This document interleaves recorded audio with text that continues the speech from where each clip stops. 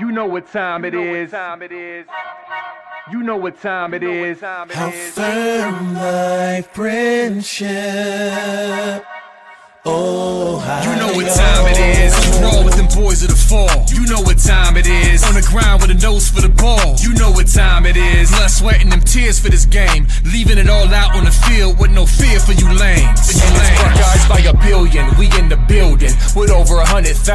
We represent from the uttermost to the public housing. If we don't play, all wide receivers got your secondary shook, so they cook them like Bobby Flay. Hey, stay out of my way and trust me, cause I know it's OH. Somebody please give this brother an IO. Come on.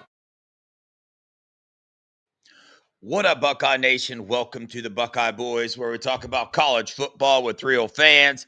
I'm Devin. I'm excited to be here tonight. Got a good show for you guys. Got somebody else, a new co-host for the moment, joining the show. Ian's going to be joining us here shortly, but I want to get this housekeeping out of the way. You guys already know what to do. Appreciate you guys showing up every single night like y'all do.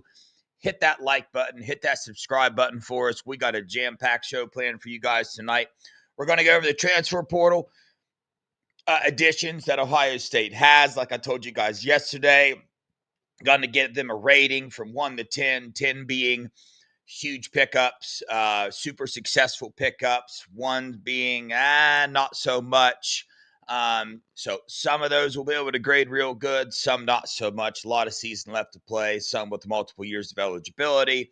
Then we're going to do a little deep dive into Julian Sayin and talk to you guys about him, where he's at right now, 5 games in, the trajectory that he is on in his career compared to maybe another a really good Ohio State quarterback. But without further ado, Ian, I don't know if you can hear me or not. I see you down below. I'm waiting for him to pop up on there so I can bring him on the screen.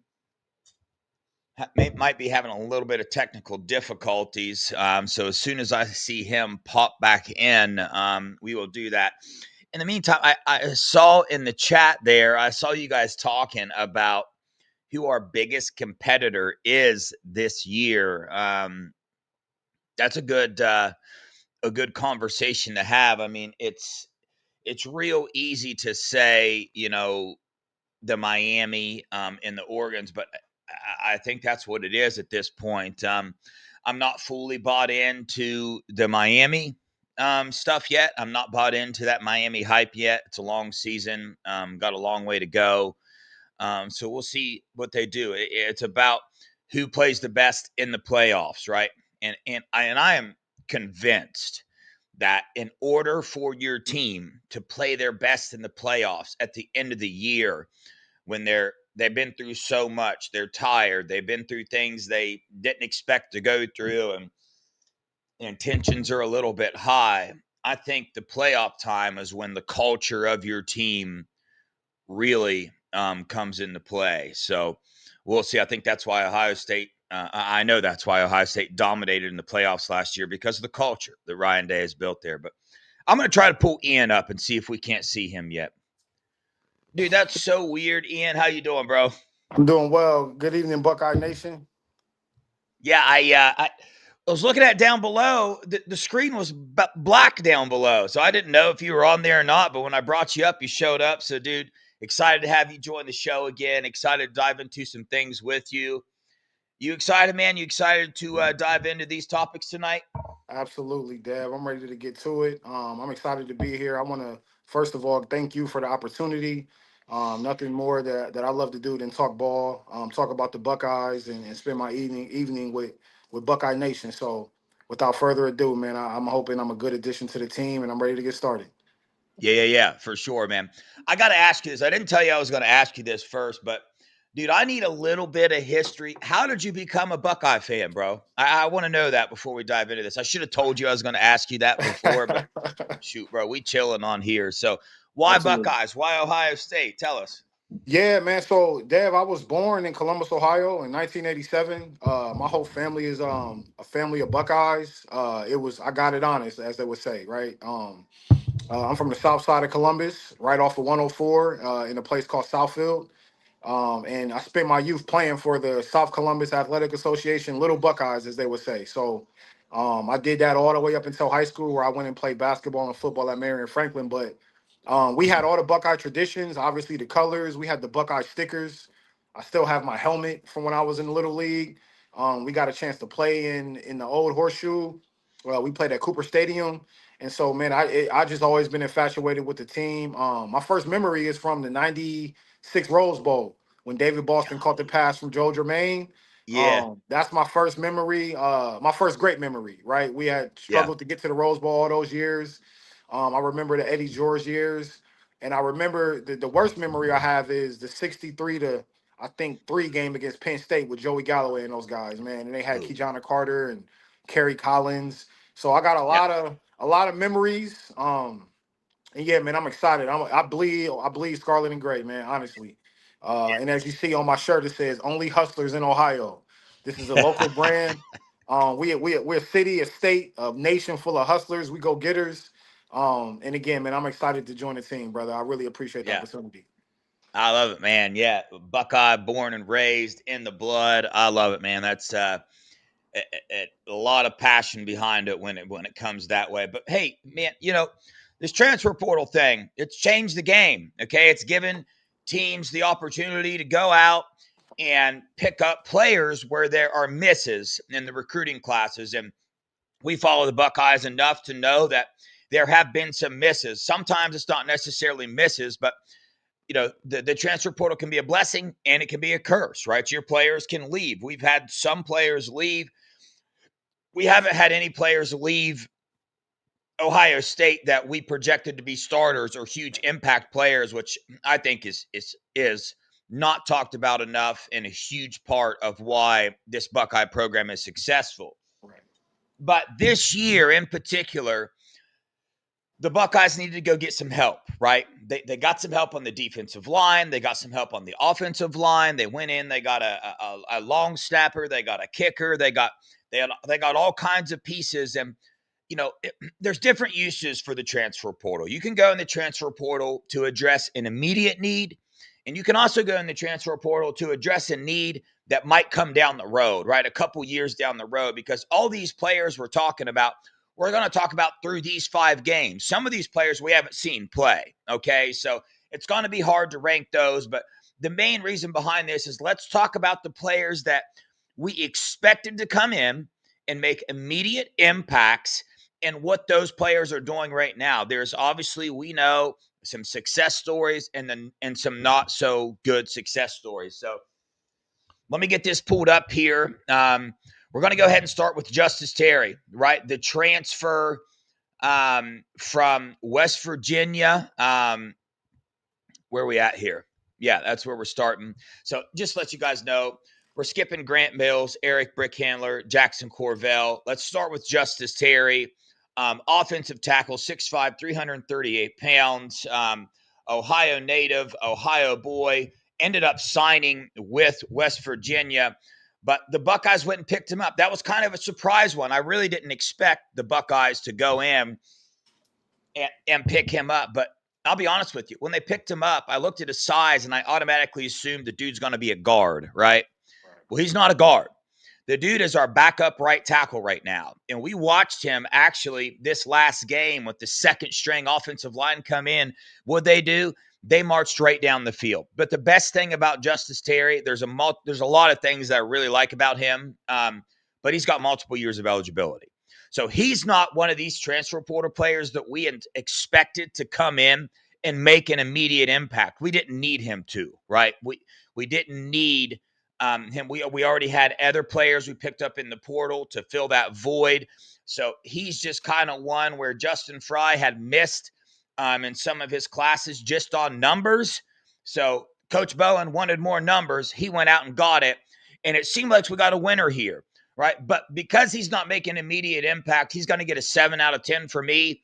But he'll be back next year, and I think he's going to be a contributor to this team at some point in time when he's here. So when you come in as a transfer and you're already second team offensive line, that's a success for me. I like the projection for Justice Terry in this program. What are your thoughts, Ian?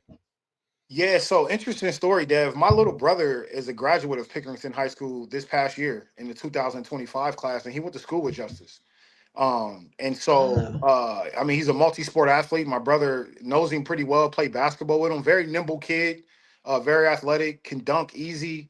Was semi-dominant in high school. We let him get away, obviously, for sheer numbers. I like his profile though, Dev. I like everything he brings to the table in terms of depth. Like you said, he jumped out on the screen to me in that drive with the second team who marched right down the field. yeah. And that's the drive we also saw where Peoples kind of flashed as well, right? And so, Yep. he's bringing an impact to that unit. I think I wouldn't even call him a project. I just think he's kind of buried behind a offensive line that's maybe in line for the Mackey. I mean, for the Joe Moore Award, Joe Moore right? Award. Yeah. Yeah, he's behind some dogs up there and back there. So I think we got a good one. He's in the program. He's with Mick. He's learning behind Austin and Carson and Luke. And so, yeah, I think I would say a 7 as well. Just on sheer potential.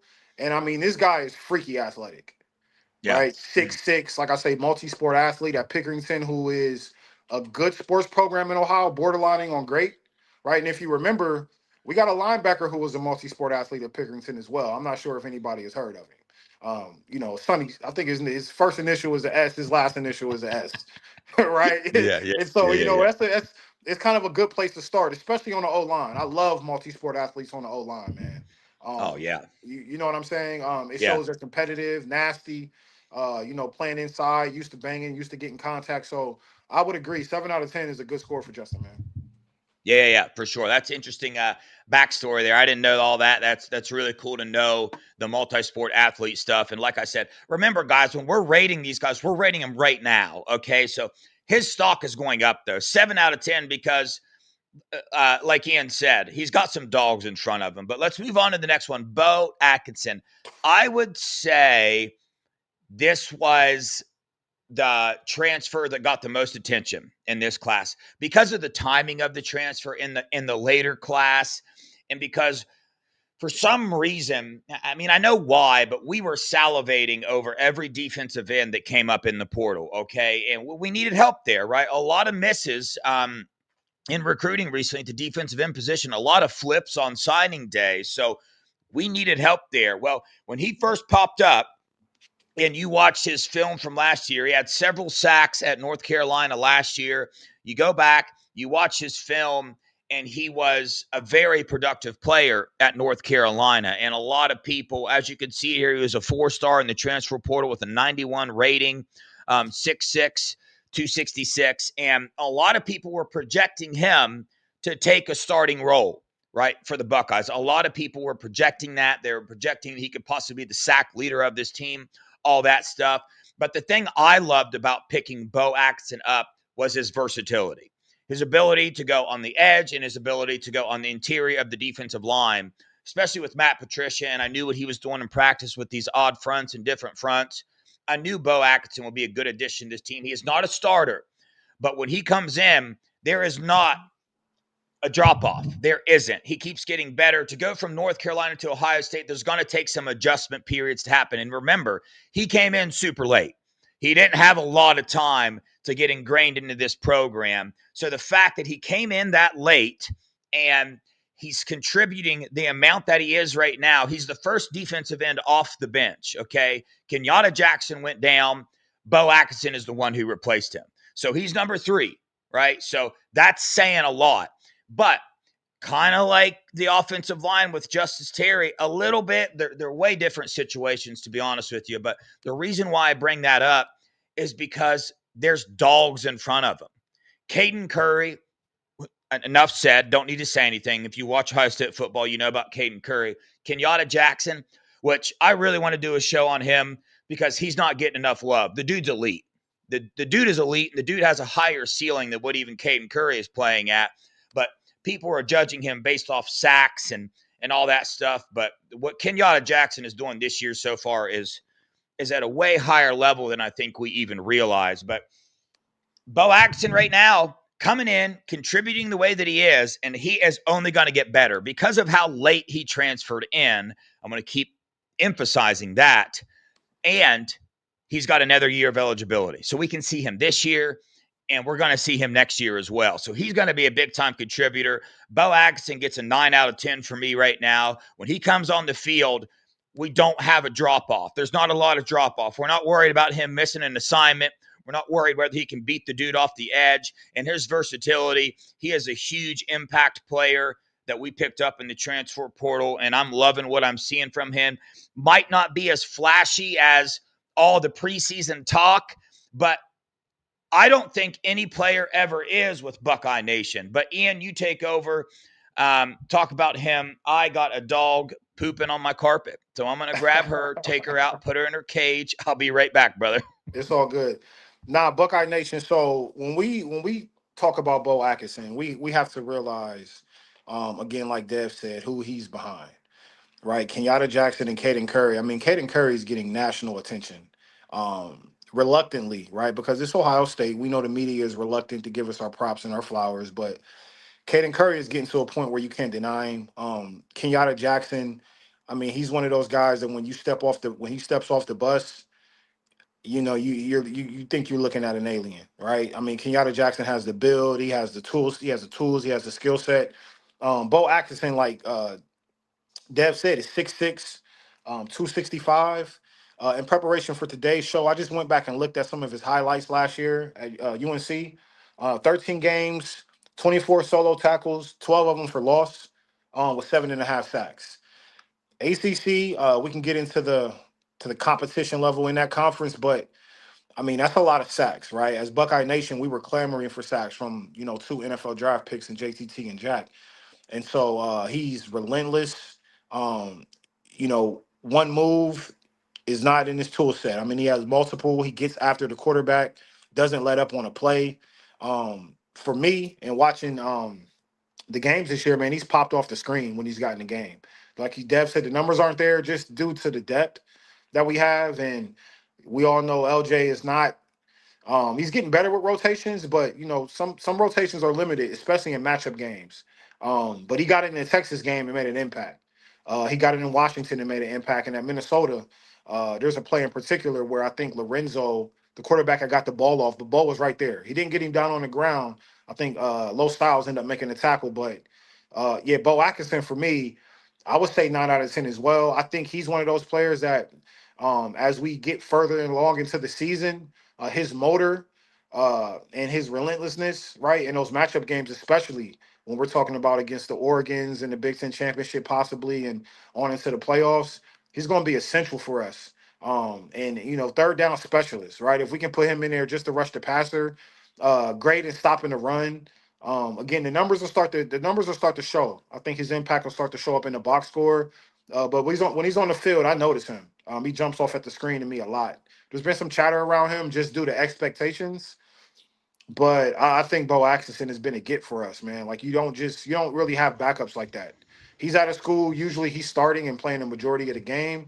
Again, this is Ohio State, so we have a lot of depth, but I think we should be excited about what's to come for Bo Atkinson. So he gets a 9 out of 10 for me as well. And if you get a chance, that UNC tape it's like that. Like he can go. He can really go. And they didn't want to lose him. From what I was hearing, I mean, they tried their hardest to keep him. He met with Bill Belichick upon him taking the job, and that was one of the guys him and Mike Lombardi tried to keep. And he wanted to come play with the best, learn from the best, and he wanted to go against the best in practices. That was his reasoning for coming to Ohio State. So be excited about Bo Atkinson, Buckeye Nation. Yeah, I love what you said, and you brought up something I think we need to realize. Number one, he was really sought after in the transfer portal. Like every team essentially wanted this cat. Okay. And if he's anywhere else, he's a starter. Okay. So the fact that he chose to come here, right, and knew he would have to compete for any amount of playing time that he had goes to speak to his character as well, and his ability on the field. You know, if you don't want to hurt your feelings or anything for anybody watching this and that have said they're upset with Bo Atkinson, but I would say you're probably spoiled as a Buckeye fan at this point. We tend to do that. The Buckeyes tend to do that to us fans. They spoil us. They give us J.J. Smith and Carnell Tate as our number 2 receiver. They give us Emeka Ibuka as our number 2 receiver. we get spoiled sometimes, okay? Our expectations are up here. We expect Bo Axon to come in and get 2 sacks every game or he's a failure, okay? So that happens. I understand that, but Bo Axon is a definite success in this transfer portal class. Let's see who we got next here. CJ Donaldson. Okay, CJ Donaldson. I missed here. When I heard CJ was coming in, went and watched his film, and he was about 238 pounds as a running back at West Virginia. Okay, so wasn't utilized there as he was your short yardage back. He would grind it out, get it in. And when I heard he lost weight here, and what I was hearing out of fall practice and stuff like that was getting me super excited. And I expected to see, just to be honest with you, a lot more production out of CJ. But definitely what I expected to see is a guaranteed 2 to 3 yards every time the dude touched the ball. Okay.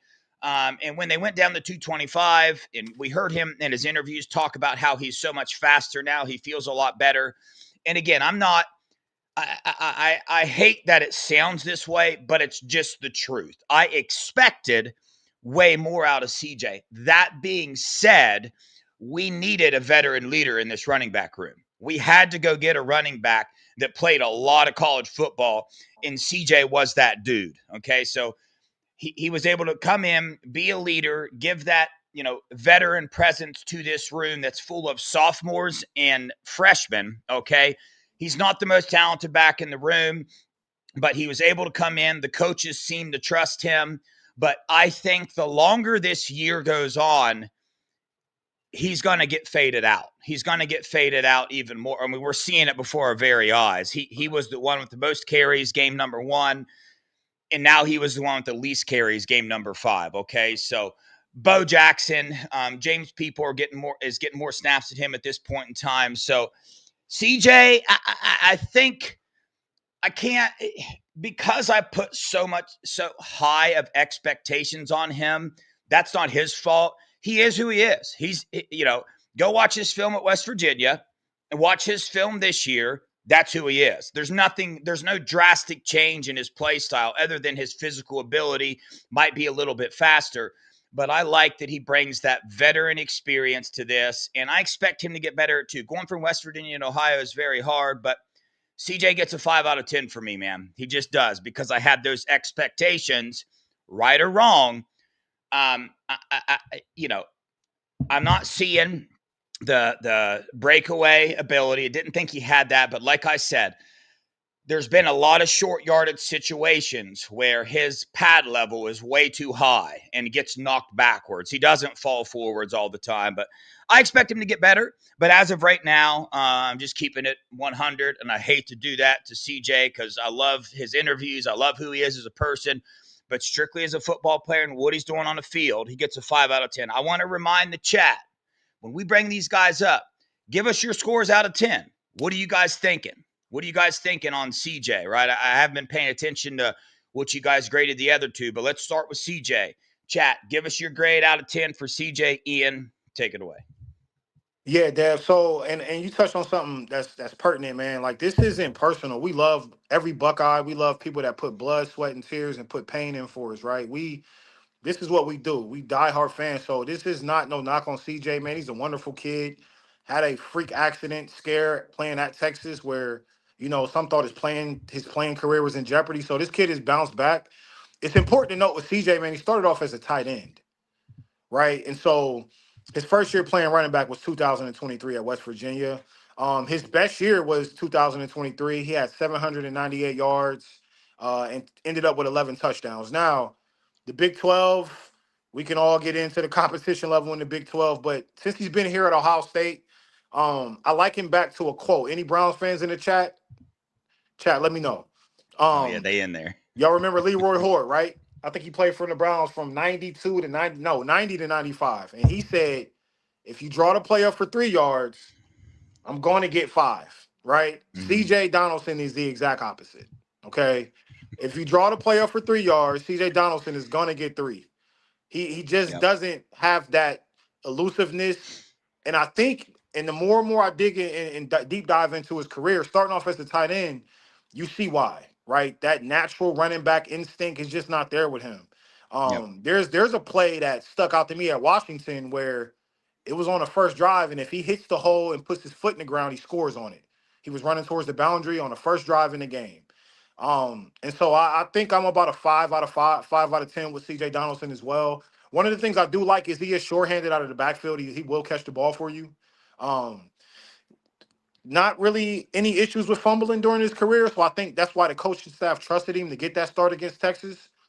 A grown man, a senior. So I think that's why we were where we were with him starting off. I think the plan all along was to bring Bo Jackson along slowly and to kind of integrate him into the starting role. So 5 out of 5, but I trust him to not put the ball on the ground and to be shorthanded with the ball if nothing else. Right. And Yeah. if you noticed, they did a formation where they lined him up at fullback and handed it off to him. It was the same play that he didn't score when Nate Roberts was in that position against Washington. And so I think he's transitioning into more, like you say, of a ancillary role. But I think he'll be good to us. I think blocking wise, he's okay, right? Yeah. He can stand in there. I'm not sure if losing weight was the best thing for him though. Yeah. Right. I don't think I don't think that did him any justice, especially since he's going to run high. The pad level thing has probably always been an issue with him, and it doesn't look like it's been corrected. Even with working with our running backs coach, Coach Locke. So yeah, I'm about a 5 out of 10 with CJ Yeah. Donaldson as well, Dev. Yeah. There's a little. CJ had a brief stint at tight end, but most of his career he was wide receiver.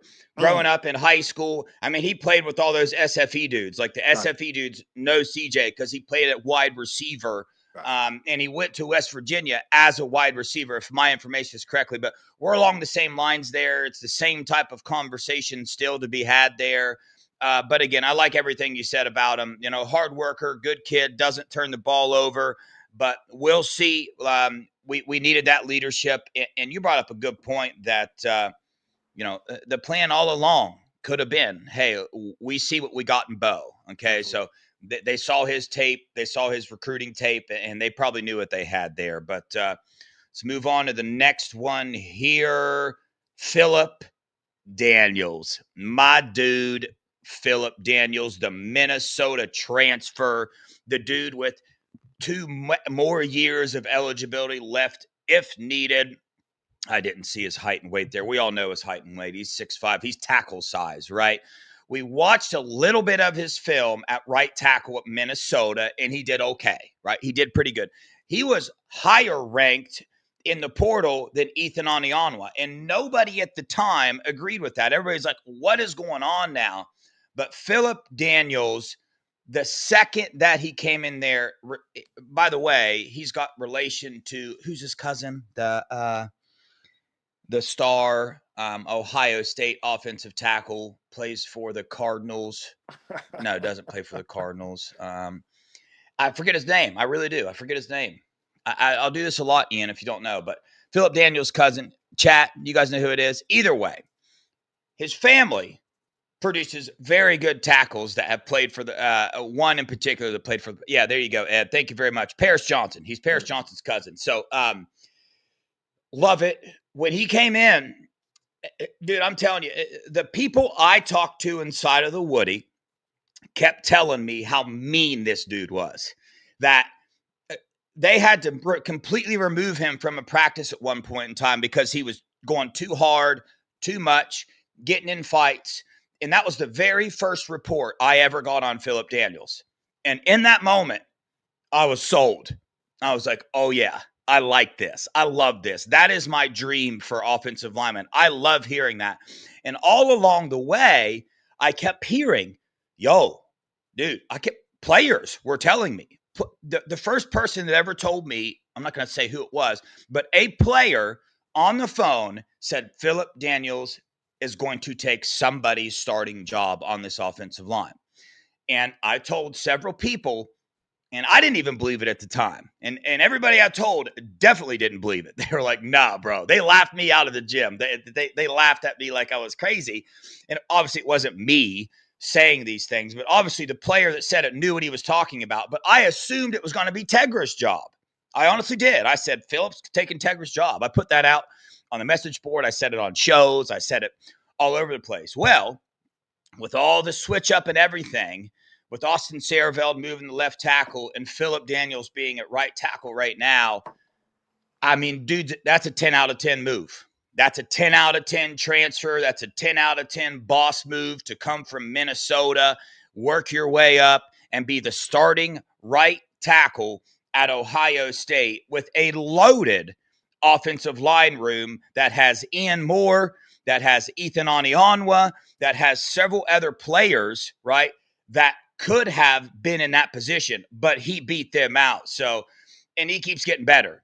Every game he keeps getting better. Like, he's going to make his mistakes, but I love the mentality he plays with. And the fact that we could have him for 2 more years, this, in my opinion, obviously hindsight it makes this a lot easier to say that he is, by a good margin, in my opinion, the biggest transfer portal pickup that the Buckeyes have in this class. So I absolutely love it. Dude's a 10 out of 10 for me. Chat, Philip Daniels, where you ranking him in? What you got? Man, Philip Daniels, what sealed the deal for me, Dev? Because I was on the Max Train hype, and we'll get to him. I was on the Max Train hype, right? Heavy. That Texas game, him against Colin Simmons, who posted a picture of Julian Sayin on his Instagram story, who was kind of poking the bear. I mean, Colin Simmons went nuclear against Florida this past weekend, right? That kid is probably a top 15 pick. And Philip Daniels had his way with them. I mean, he treated him like a little schoolgirl, right? Like, it was bad. You know, that tape is that's teach tape right there, what he did with Colin Simmons. So much so that Colin Simmons ripped his helmet off and was just frustrated the whole game. And so I started to really, really like keen in on him. Like, who is this kid? There was once a saying from an offensive lineman, I can't remember who, chat can look it up, but you saying that he was involved in basically every fight during camp makes sense, because the saying goes, if you want a good offensive lineman, show me one that likes to fight, because again, offensive lineman is just in a 60-minute fight for an entire game. That's what Mm-hmm. they do. You just fight in all game. And so you gotta like that type of bump, right? You have to like that type of you gotta be built like that. And I think he is, man. He's a big kid. He started 4 games as a true freshman at Minnesota, which is, they usually produce good offensive linemen up there, right? They usually a run heavy team. And for him to get in there and start 4 games as a true freshman, we missed on him in the recruiting cycle, but we got him now. And I mean, how many true sophomores have started here at Ohio State? Yeah. Right? I mean, you can just go do your research, do your Googles. For him to come in here and take somebody's spot like that, I mean, that kid is, I mean, we're looking at a potential first rounder when it's all said and done. I think so. Right? He has the measurables and he has the attitude. I mean, PFF is being nice to him in terms of his performance this year. He's grading out well. So I think that was a 10 out of 10 get as well, man. I am excited. And I think, again, he brings that edge to the room. You need that type of attitude in the offensive lineman room. You really do, right? And Yeah. especially, I mean, his pass protection is A1, right? Maybe can improve a little bit on the run game, but our whole offensive line can. But that kid is excellent. That was an excellent get for us, man. Underrated get at the time, but in hindsight, man, that was a 10 out of 10 for sure. Yeah. Yeah. And listen, 10 out of 10 doesn't mean he's performing at a 10 out of 10 level on the field. 10 out of 10 is just the overall perspective of, number one, the price we got him at in the portal, the fact that our evaluation was better than everybody else. We saw the potential we had, and the fact that he has 2 more years of eligibility after this year. Those are the reasons why he gets a 10 out of 10 in this transfer portal class. But I'm very excited for Philip Daniels and his future here at the Buckeyes. Next one, Logan George, coming from an FCS school. Big difference, right? From going to where he was playing to where he's playing now. He led, am I saying that right? Why am I having a FCS in tackles for loss? And you go watch this film. He was always dude lived in the backfield, just your gritty type of player. Doesn't really have the measurables that you're looking for, but with the depth in this defensive end room, again, I got excited about Logan George, but I never did. I didn't talk about him like I talked about CJ Donaldson. I didn't expect Logan George to come in and take anybody's starting job. I didn't expect him to come in and be like a huge impact player immediately. But I did expect to see him a little more than what we've seen him. Now, he did have an injury, which set him back. Like the first 3 games, the dude was injured. So that really set him back in this process. It makes it a really hard one to grade out here for me. But we see him, we saw him in the Minnesota game. That's the first game I remember seeing him in. I'm sure he probably got in previous to that, but I didn't see him get in previous to that. I saw him get in the Minnesota game. The dude has another year of eligibility left as well. So got a long time to go in this program, can grow exceedingly. And he's on the depth chart. I would say he's I think at this point he's behind Zion Ziggy Grady. Okay, right. The true freshman, but Ziggy Grady's a freak. But Logan George with like again the injury and stuff, hard to grade him out, but 6 out of 10 for me in the portal pickup is what I'm going to give it. We'll see if he's able to contribute to this team a little bit more. He reminds me of Caden Curry a little bit. Physical attributes and kind of his play style. He's just a go-getter. And let me remind you that nobody expected Caden Curry to do what he's doing this year. Matter of fact, I heard people say the opposite. I heard people say, man, I hope they don't start Caden Curry at defensive end. So these are the type of players, the players like Caden Curry, that if you sleep on him, do it at your own risk because the dude's not going to stop grinding it out. That's his attitude. That's what I was told from him. The dude will not be outworked. He will not be out-efforted. That's not the right word, but I tried to make that up. Didn't go real good. But he's going to put forth the most effort every time he's on the field. So 6 out of 10 for me, but a long way to go in his career. And I think he can help this team out in some way during his career. Chat, where are you ranking, Matt? Ed's tough tonight, Ian. Ed gave CJ Donaldson a 1. He's given Logan George a 4, but that's okay. That's all right. I like the honesty. So, chat, where's he at? Ian, what you got, bro? Man, I give Logan George about a 5. And I wanted to go incomplete just because of the injury, right? Mm-hmm. But his Idaho tape is like that. I mean, like you said, he lived in the backfield. Lower level competition. I like short, feisty defensive linemen though, bro. Like, you know what I'm saying? I like that type of profile and makeup. I think they make up for the lack of measurables with heart. You know what I'm saying? And that's exactly what we're getting out of Caden Curry. I think coming from the FCS, you're going to need a little more time in the program when you're at this level to contribute. Him getting on the field says a lot, and especially in the Minnesota game, right? And he's obviously worked his way back from injury. Probably spent a lot of time in the on the training table just to get himself back right. But I'm okay with that. I'm okay with him being in the room and then, learning getting used to the physicality and the competition level. And when it's time to take off, man, he can do the Caden Curry. I think Caden Curry is going to be a litmus test or an example for the people in that room that when it's your time to shine, man, you got to take it and grab it. You know what I'm saying? Hopefully we don't lose him after this year. But I mean, like from what I see on tape and the potential there, man, I like Logan George. I got a chance to listen to some of his interviews while he was at Idaho State. Obviously, he was a FCS All-American. But yeah, man, that I think that's going to pay dividends for us later on down the road. And hell, we might be able to see him contribute, sometime this year if it comes to that. You know what I'm saying? Yeah. Never count out depth. And if they got recruited to Ohio State, they can play. Yes. Right? They can play, especially from an FCS school. That's just not, you just don't waste your time going to get someone like that. So give us some time, Buckeye Nation. But right now I'm at a 5/incomplete. Yeah.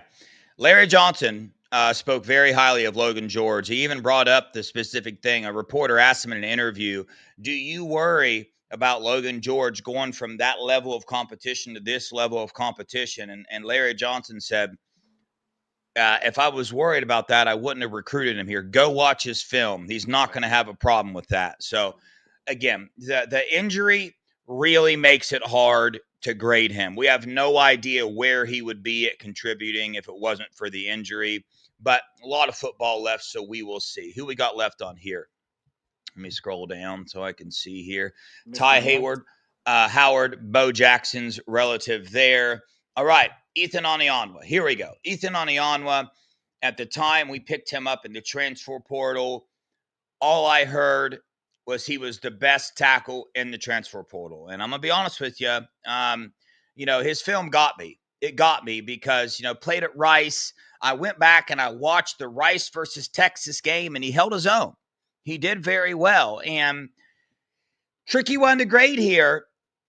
And the reason why it's a tricky one to grade, I feel like I keep saying that, but, it is because of the dogs that he has in front of him. Austin Sareveld, Iron Buckeye, took a spot. That was supposed to be Ethan's spot. I thought he was a lock at left tackle. I did. That's what I assumed, and I shouldn't have assumed that. But during the offseason, didn't really hear much about him, to be honest. Didn't hear bad things, didn't hear good things. And now we see why. It's just taken him a minute to grasp this. And this is one of the more confusing, right, portal pickups to me because we paid top dollar for him, absolute top dollar. And when Austin Sareville got the left tackle job, right, and I was like, all right, there goes that.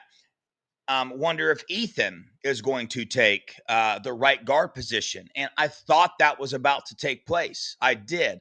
The first, second, third game, you saw Tegra and Ethan kind of going back and forth with snaps, a little bit heavily leaning in Tegra's favor, though. But then this last game, it wasn't Ethan. He never got one snap at right guard. It was Josh Padilla that got those snaps. So this is one of the more confusing ones. And the grade I'm going to give him is because of, right, he was one of the more higher rated tackles in this class. A lot of people wanted him.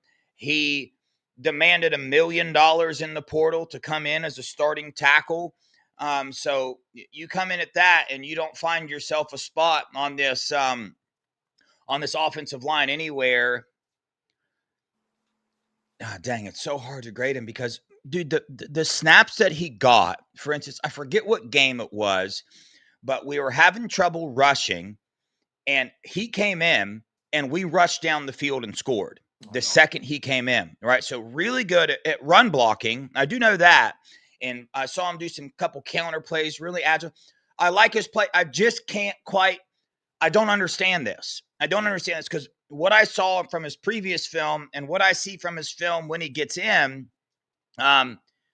it's really hard to understand why he's not getting more playing time. But I'm going to trust the coaches here. And, because we paid the dude $1 million, the dude gets a 4 out of 10 for me. Taco, I'm right there with you. Matt's giving him a 6. So, Ethan, what you got? Or Ethan. Dude, I'm sorry. I was my bad. Listen, Ian, man, what listen, you got, dude? you can pay me $1 million to not do nothing. Call me Ethan. So man, what's the saying, Dev? Happiness is based upon expectations, bro. And that's where I'm at with him. I was excited when we got him in the transfer portal, man. I obviously heard all the hype about him. There's a viral clip going around on Twitter and X, whatever you want to call it, where he's kind of losing his mind and pushing all his offensive linemen in the locker room. 6'8". I mean, just a gigantic guy. You know what I'm saying? But for me, I'm still holding on to the potential of having someone that big and someone with that much hype and potential with him on our offensive line. I mean, I think he was a day 2 prospect if he would have came out this year, second round in the NFL draft. Mm-hmm. I mean, that's still there somewhere. You know what I'm saying? I think and we talked pre-show, and I likened him to Luke Montgomery, where when he finally got his opportunity, he was lights out. The only difference is Luke had multiple years left in the program, where this guy is, I mean, he's got about 12 games at the most now with us, 13. Yep. Time's running out to kind of realize his potential, but not to be long-winded, I'm right there at about a 4. Again, happiness is based upon expectations, man. I expected this guy to be our stalwart left tackle, protect Julian's blind side, and climb into the first round. I mean, I had that type of high hopes for him. Yeah. Like the kid at Miami, I can't think of his name, Mauluga. The type of hype he's getting they're the same size as well. 6'8", just gigantic human beings. And I think someone with that much potential, you had to come in here and you just had to take over. And since that didn't happen, and now you're playing behind Tegra, who's been struggling for the better part of 3 years now.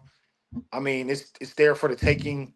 Tegra's putting some stuff on tape that's pretty much the same as what we saw the last couple of years. So I'm at about a 4 out of 10, man. And I'm hoping he can turn it around. We'll need him. Dev and I both agreed, man. If we rotating guards and tackles, he's going to be needed at some point. So, I mean, the hope is still there, but right now I'm at a 4, Dev. Yeah, yeah. That's something big to remember here, okay? You hear 4 out of 10, and you're automatically assuming that we are saying he's a bad player and he can't contribute. No. If he was in Philip Daniels' position where we didn't pay him $1 million and he didn't have this hype and such this expectation, he'd be getting a 7 out of 10 for me because I watched this film and I see what he does when he gets in. I watched what he did when he got in with the second team offensive line. They marched down the field and scored.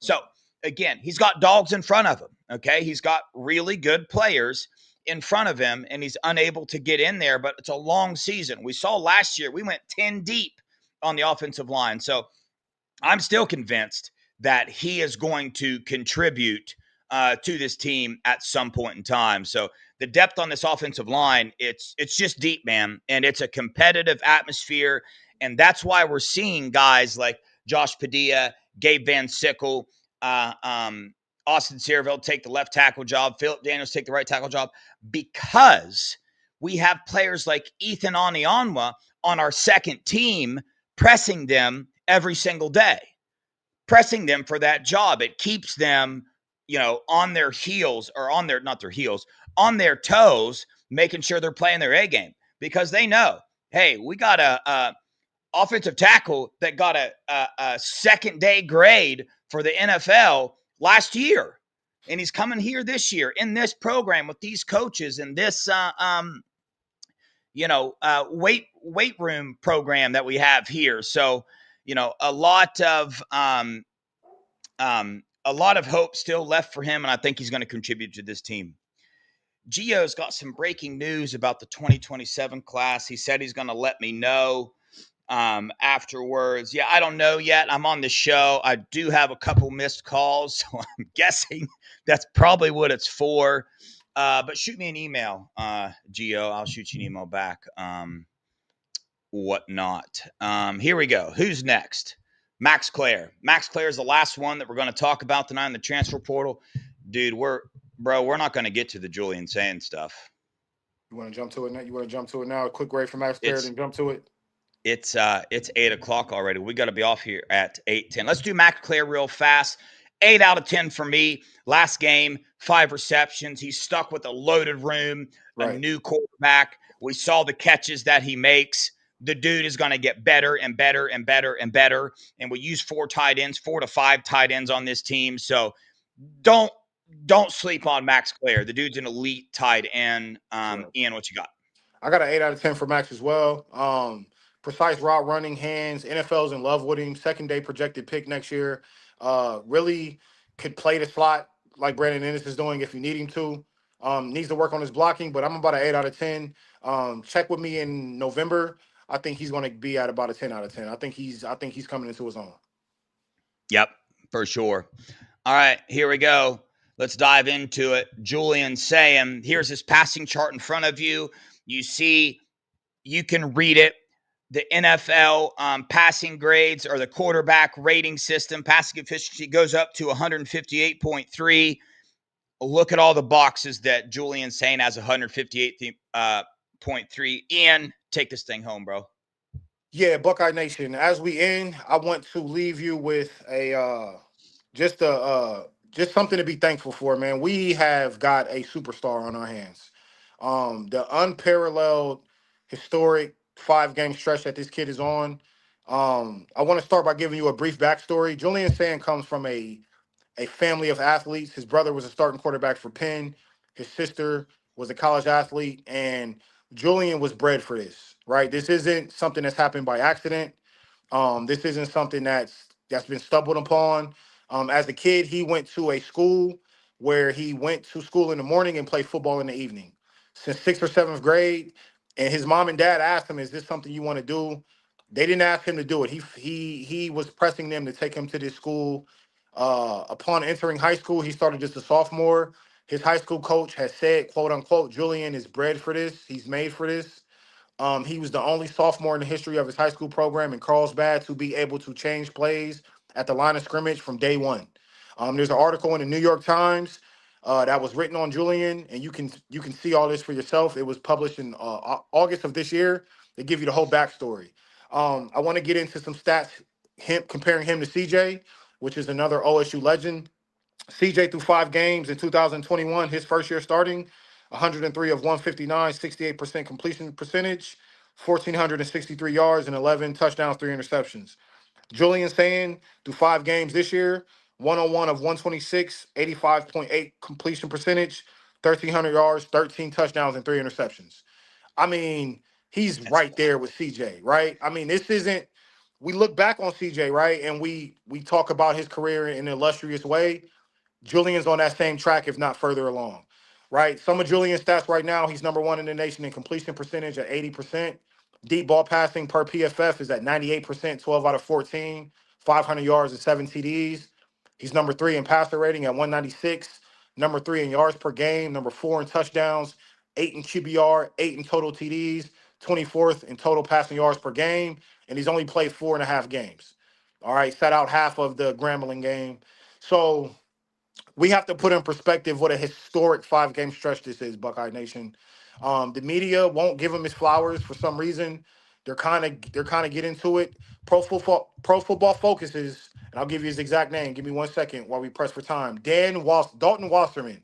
He tweeted out October 4th, 2025. Either Jeremiah Smith or Julian Sayin is going first overall in 2027. That's what type of talent we have.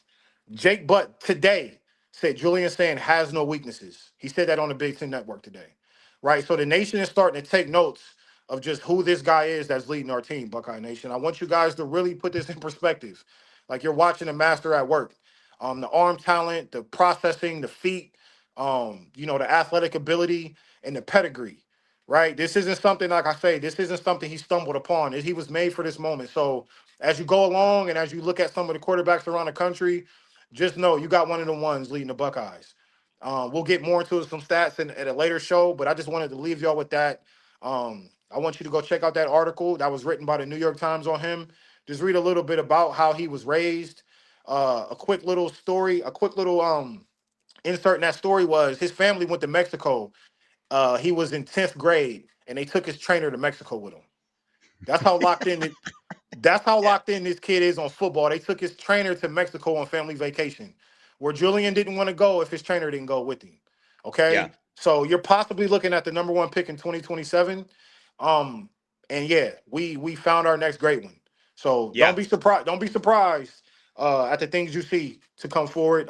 This 2025 season and 2026, because he probably won't be here in 2027. So just take notes, and I'm glad he's here. Right. So thank you. Yeah, yeah, no doubt, man. You heard Ryan Day in his press conference today talk about quarterbacks, talk about great quarterbacks. And he said, man, there's just something about quarterbacks where they just won't quit. They won't give up. They make up their mind. I'm going to be a great quarterback, and nothing gets in their way. Day just said that today. And now you're listening to the backstory of Julian Sayin.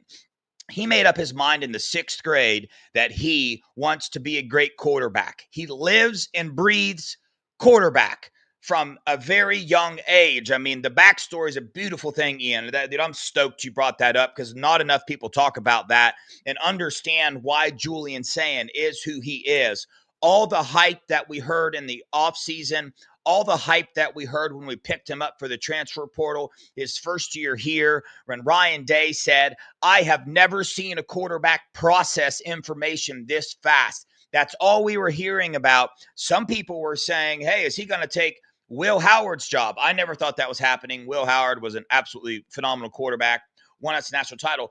But the fact that could be brought up and that could be a conversation from a freshman quarterback who was 6'1" at the time, was 180 pounds soaking wet, but his processing ability and his quick release just impressed Ryan Day so much. Impressed Ryan Day Think about all the great quarterbacks that you know that Ryan Day has brought through this program. Think of C.J. Stroud. What do you think of C.J. Stroud? What did you think of C.J. Stroud as a Buckeye? Julian Sayin is surpassing him. You just heard Ian say C.J. Stroud was 68% completion percentage through his first 5 games. Julian Sayin is at 80% with more touchdowns, same amount of interceptions, but more touchdowns, right? That's, you can't directly compare those stats knowing who was on the team, the receivers he was throwing to, all those things. But still, the fact that Julian Sayin is doing what he's doing, watch out, man. Ian said it perfectly. I can't say it any better than that. But, man, just get ready for some amazing football the next 2 years for sure out of these Buckeyes. And try to let this sink in. Julian Sayin will be our quarterback next year. That is insane. And we'll still have Jeremiah Smith. Okay? So watch out, everybody. Guys, amazing show. Ian, hell of a job, bro. This was a fire show, dude. I'm excited. You seem super comfortable, really good at processing and giving information to everybody in the chat. I'm sure they absolutely loved it. So excited to get you back on here sometime next week. Talk about some more Buckeye football. Any closing statements, Ian? Nah, I just again want to thank you for the opportunity. This has been a lifelong dream of mine to make content about the Buckeyes, and somehow I stumbled upon it. Right, it just happened. We didn't plan it.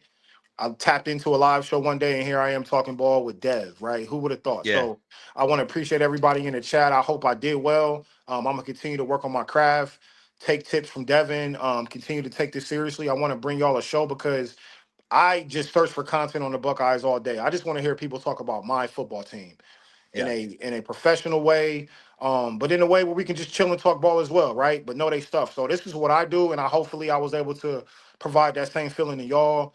I've interacted with a lot of you guys, and again, I'm super thankful. God bless and go Bucks. Yeah, for sure, man. We've always told you, Buckeye boys, we're a fan show.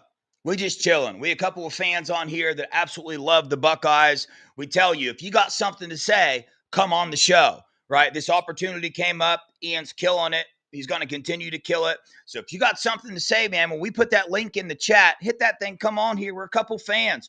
We're dudes just like y'all. Females too. Fans just like y'all. I'll say that, right? That's all we are. We're super passionate about the Buckeyes. We love the community here. We love you guys in the chat. On that note, hit the like button for us. Hit the subscribe button. And do us a favor, man. Go to the Buckeye Scoop message board. If you have not got on the Buckeye Scoop message board and subscribe there, man, I'm telling you, you need to do it. I'm not saying it because I'm streaming on their channel. I was on that message board way before I ever started YouTube. And there is a lot of good stuff on there. A lot of great football minds. It's a family environment, so go check them out. But on that note, Buckeye Nation, we appreciate you guys. We love you guys. Go Buckeyes. OH. I-O. Peace.